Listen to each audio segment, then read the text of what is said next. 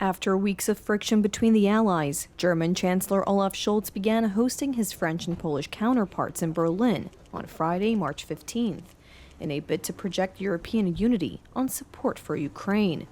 A hastily arranged summit in Paris last month had aimed to give fresh impetus to stagnating Western efforts to help Ukraine repel a full-scale Russian invasion that has entered its third year.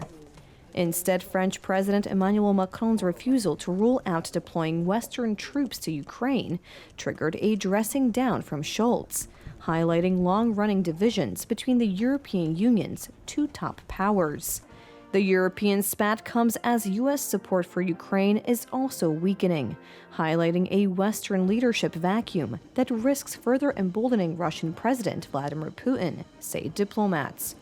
Franco-German spats are nothing new, but the current level of discord has alarmed officials in Kiev and across the continent. Ukraine's backers will buy more weapons for Ukraine on the world market to provide long-distance artillery to Kiev in its defense against Russia's invasion and use windfall profits from frozen Russian assets to buy Ukraine arms, German Chancellor Olaf Scholz said on Friday, March 15th.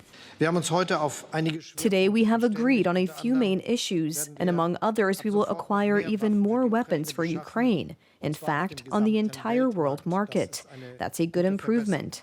Second, the production of military equipment will be expanded, also through cooperation with partners inside Ukraine. We stand closely by Ukraine's side. We have made this clear from the beginning, and this is true for as long as it takes. It's clear we support Ukraine, and it is also clear we are not ourselves at war with Russia. Our common aim is and remains to ensure Ukraine can effectively defend itself against Russia's aggression.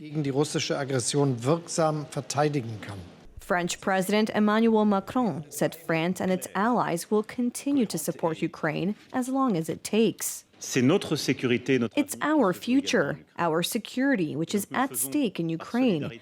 We are doing this out of solidarity for the people of Ukraine, whose territorial integrity is being threatened. We are doing this to defend international law, and we are doing it because the security of Europeans and of us is at stake in Ukraine. It is with this determination that we want to oppose the war of aggression launched by Russia.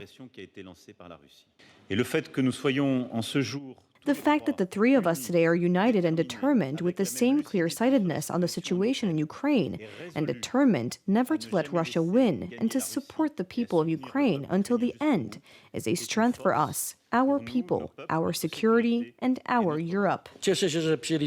I'm delighted that you have accepted my invitation to meet in Poland in early summer, and it will be an opportunity to take stock of what we have achieved together so far and to make new plans. So thank you again.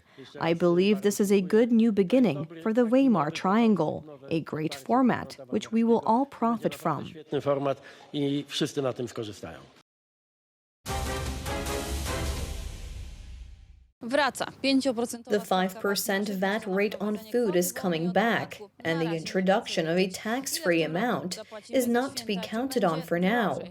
How much will we pay for Easter this year? And will it be more expensive? Today, I check. Polish families cannot afford to pay 65% more for these basic products than they did just a few years ago. This is a statement from a year ago, when Donald Tusk was not prime minister. But it is still relevant. The slogan, "Expensive equals law and justice," was featured on the election posters of the Civic platform. Today, prices are not lower at all. People don't have money. That's not a surprise. It's been a bad year so far. And it's going to get more expensive, especially during the Easter holiday. It's definitely going to be more expensive because, unfortunately, the salespeople are taking advantage of this opportunity during the holidays, and a customer is a customer. The holidays must be celebrated. Today's inflation increase, according to the Central Statistical Office, is at 2.8% year-on-year.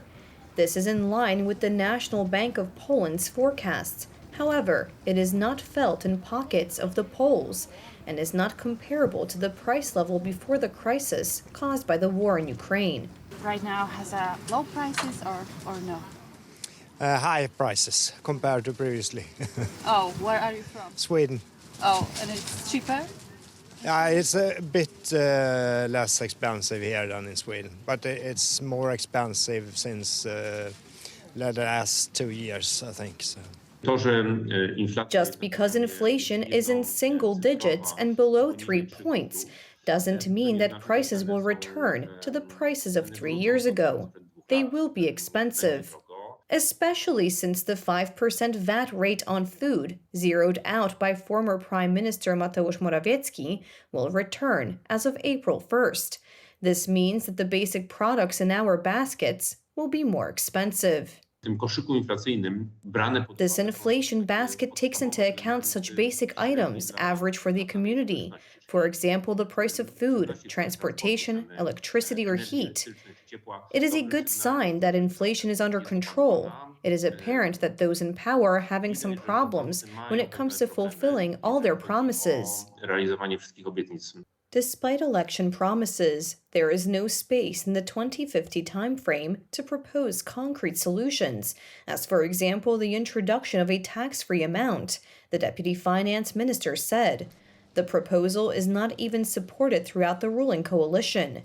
This is not our postulate. I mean, we proposed other solutions. We proposed the family PEAT. This solution, after the introduction of the free amount of 30,000 zloty from 2022, was to be the next step that would bring significant relief to the wallets of Polish people. Many people have been waiting for this, and this promise has not been fulfilled yet. According to Law and Justice, it is the civic platform that is not the guarantor of Polish prosperity. It can be seen here that, in fact, the situation of Polish families and Poles and their daily functioning is not a matter of concern, and that this is not taken care of. What could the government do instead of funding more expensive Easter holidays for Poles? The government undertakes revolutionary ideas, while it does not dare to come up with ideas that are reformist and pro-development when it comes to VAT rates, for example. But it does indeed take courage to do so. Edyta Hołdyńska, TV Republika.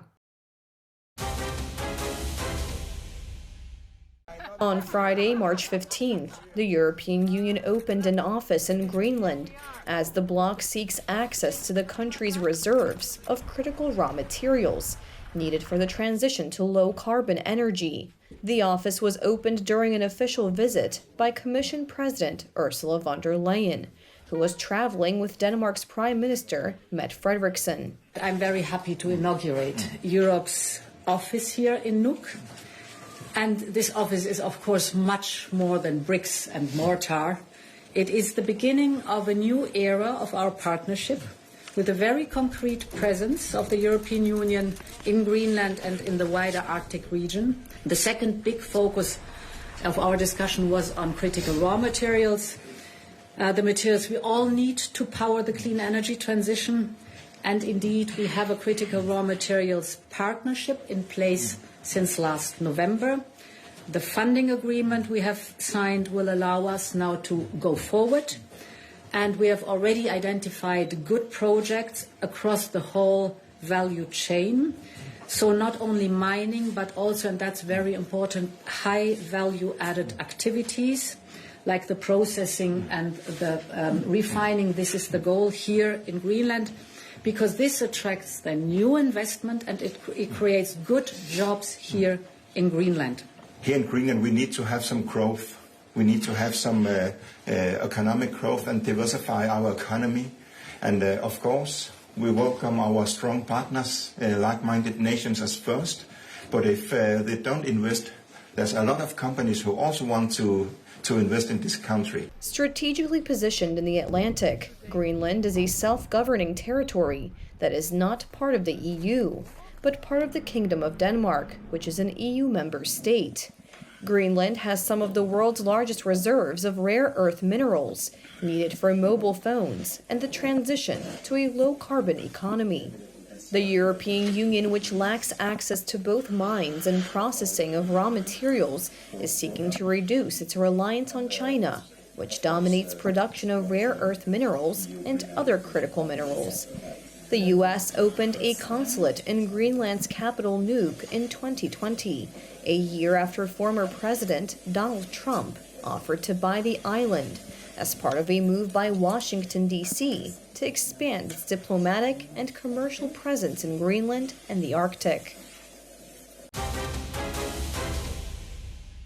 Focusing on the subject of war and its contradictions, giant sculptures were displayed on Friday, March 15th for Spain's Fallas Festival, where they will be set alight in the port city of Valencia next Tuesday, March 19th. Made of materials like wood, plaster, and papier-mâché, months of painstaking work go into constructing the niñets, Valencian for dolls, some reaching soaring heights, only to be burned to the ground in an explosive finale on Tuesday. We see in this sculpture two white doves, symbols of peace confronting each other, a symbol of war over an olive branch, a symbol of peace. Somehow, these superimpositions of the peace, war and peace, tell us about human contradictions, and above all, about the contradiction of wars, about the absurdity of going to war to get peace. One of the scenes is 4 migrants jumping over a fence, which could be the fence in Melilla. It's 6 meters high, similar to it, and they are escaping from something which could be war, which in this case is the mascleta, one of the symbols of Valencia's fiesta, and they think they are coming to a better place, but they arrived at the Fallas and will end up being burned. I think the one behind me has a lot of importance and meanings because it ties together the war in Palestine and the immigrant crisis with peace. So I think it's just a really good social commentary on what's going on in the world right now, and I think we need more of it. What we have here is an allegory to the great dictators of world history, with Mao Zedong, Stalin, and Hitler. One of the things I like best about the monuments is the satire and critique of current affairs. The annual tradition marks the change of seasons with a 5-day fiesta of street dancing and fireworks commemorating Saint Joseph, the patron saint of carpenters. Hundreds of sculptures are scattered across the city for the public to behold and vote on their favorite one, with only 2 saved from the bonfire, joining a select number of niñats at the local Fallas Museum.